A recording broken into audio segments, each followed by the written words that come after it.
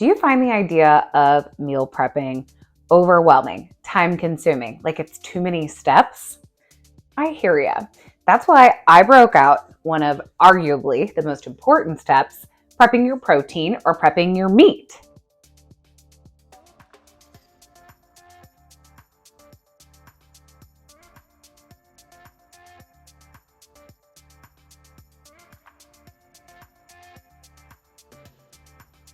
I've lost over 95 pounds. And one of the things that a lot of people ask me when I do that is like, what diet did you do? How are you able to do that? What program did you follow? Honestly, I ate lean protein, vegetables, I cut processed food, carbohydrates, and sugar. And all of those things added up. It took time, but I hear you. I used to spend a lot of time meal prepping, and I was like, I've got to make food easier. Food has to get easier. I've got to figure out ways to speed it up. And honestly, where I've kind of gotten in my relationship with food is I really see it as fuel. It's fuel for my body and for my brain. And so I know that protein is going to be one of the most important things that I put in my system because it's going to help keep me full. It's going to keep hunger cravings at bay. And so by focusing on the most important portion of the meal and making sure we get that right, it's going to make everything else easier. But you got to have the protein prepped and ready to go. And that's why I'm super passionate about meat prep. So we are here in our last stage of meat prep. So what I'm doing right now is I'm pulling these bags apart and I'm getting them so that I can put the meat directly in them so that I don't get it on the zipper and get the zipper messy. And then if I want to take these bags to go in my lunch, that way they're not messy when they thaw. So the plastic ones are the bags that I'm freezing. Where I kind of got on board with this was I wanted to be able to just grab meat whenever I wanted.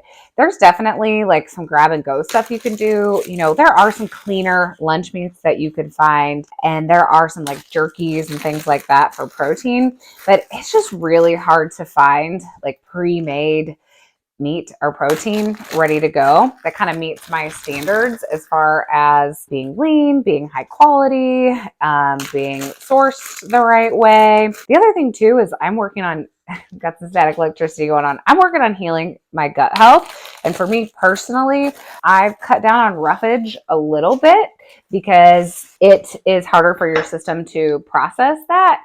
And so I really just focus on the protein, and then the other stuff, I just add a few little things here or there, maybe a slice of avocado, maybe a tomato. That's kind of my main focus of my meal is the protein. So I'm working with gloves today because I just think it makes the work so much faster. What's nice about our trout here is I can just kind of peel it off. I don't love the skin. A lot of people like the skin. That's great. It's not for me. There is a lot of good nutrition in that skin. So if you can do it, keep the skin. But I usually end up taking the skin and kind of portioning it out, putting it in a little Tupperware and giving it to my dog for treats. So my fish, I'm not going to freeze. I am going to freeze a lot of the other proteins. I don't love to refreeze fish. I feel like the texture gets weird. I will. What's nice about my glass containers here is like if for some reason I end up being invited to dinner or going out or something and I don't have a chance to eat all of it, I will just pop this in the freezer. I'm going to show you two different ways to kind of process chicken. You can definitely, use a knife here. What I like about kind of getting the chicken breast cut in half is so that I have an even portion to kind of create like a flat surface here. And I always recommend working with a chef knife when you're kind of doing big jobs. Bigger knife, bigger job, it will go faster. So I'm still going to I'm going to stack these back up. I got 3 pieces of chicken here. I'm going to get some strips, and then I'm just going to get after it and do some chopping, kind of try to get them in even bite-sized pieces. The reason that I chop these up instead of freezing the chicken whole is just to remove another step for me when I go to eat these. When I want to eat like easy, quick food, I don't want to have to stop, grab a knife and fork, grab a plate. Like if you're low on time, whatever, you could throw this breast in the freezer, or if all you can do one day is get your meat cooked and then portion it out the next day, I still think that's a great step. If you need to break it up, you can break it up. The other reason I like to chop it up kind of like this and then mix it around is it will disperse the seasoning a little bit more as I mix it up so that all that chicken has seasoning on it. And then I will pop it into bags. I will leave, just to kind of keep my food interesting throughout the week, I'm going to leave a portion out for myself. So for women, that's about kind of palm is a good guide there. Definitely see your nutrition professional, see your doctor for what protein portions are recommended for you. But for most people, it's between 15 and 30 grams per meal. And we're talking about like 3 square meals here. Getting some good protein in your diet in the morning is really essential for kind of helping set your metabolism for the day and kind of keep cravings at bay. So I definitely recommend a high protein breakfast. If you recall, when we seasoned our chicken, we did 2 different seasonings, and I kind of tried to divide them in the middle. And when I put these in the freezer, I'm going to like mix them all up so that when I grab and go, I'm getting a different flavor every time. So this was a little bit more garlicky. This is a little bit more paprika. So you can see they kind of retained their color, so I can tell which ones are different. These little chicken tendies are nice because it's just one step. I didn't have to cut that breast in half. This is a good opportunity to sort of taste your food one last time. See where these are at. They're salted really well. Salt's going to be the most important thing to make sure that your food tastes good when it comes back out of the freezer. So I'm mixing this all up to see if we need a final salt. I think I could use a little bit of salt. So I'm going to give it one last sprinkle. Oh, my salt shaker broke. Okay. Good thing we have a backup. This is a mix of pink salt and Himalayan salt. I just reused the container. So I'm going to give it one last little sprinkle and I'll portion it out. If you're not as proficient with a big old chef knife like I am, I will show you another method that I think is really easy for working with chicken. And we're going to use some kitchen scissors next. The next way I want to show you, I encourage you to work on your knife skills. Always have a finger here at the where the blade meets the handle. That's going to give you the most control. But if you're like, okay, I need to delegate this task to my teenagers, or my knife skills aren't there, or I don't have a big chef's knife, and you still kind of want it to go fast, I've just been kind of doing this every other method, kind of like a little angle here, a little V shape, cutting the chicken with the chicken scissors. So because our chicken is so tender and so well cooked, it's really easy to cut through and get through. We cooked everything, just as a recap, we cooked everything at 350 and only took all this meat in the oven, 350 for like 35 minutes. Some of it came out at 20 minutes. The chicken tenders, after a little browning, came out about 25 minutes. The fish only took 20 minutes. And our ground beef was probably done. We just wanted it to get a little bit more browning. I don't really share this with my husband. Like a lot of times I will still make dinner for us as a family. And then these are my like breakfast and lunch portions so that I know that I always have food on hand for me. Check out how easy that was. Just a couple minutes with some kitchen scissors. I'm going to mix it up to distribute that seasoning again. I'm going to leave a portion out. So this is a thing that I do also.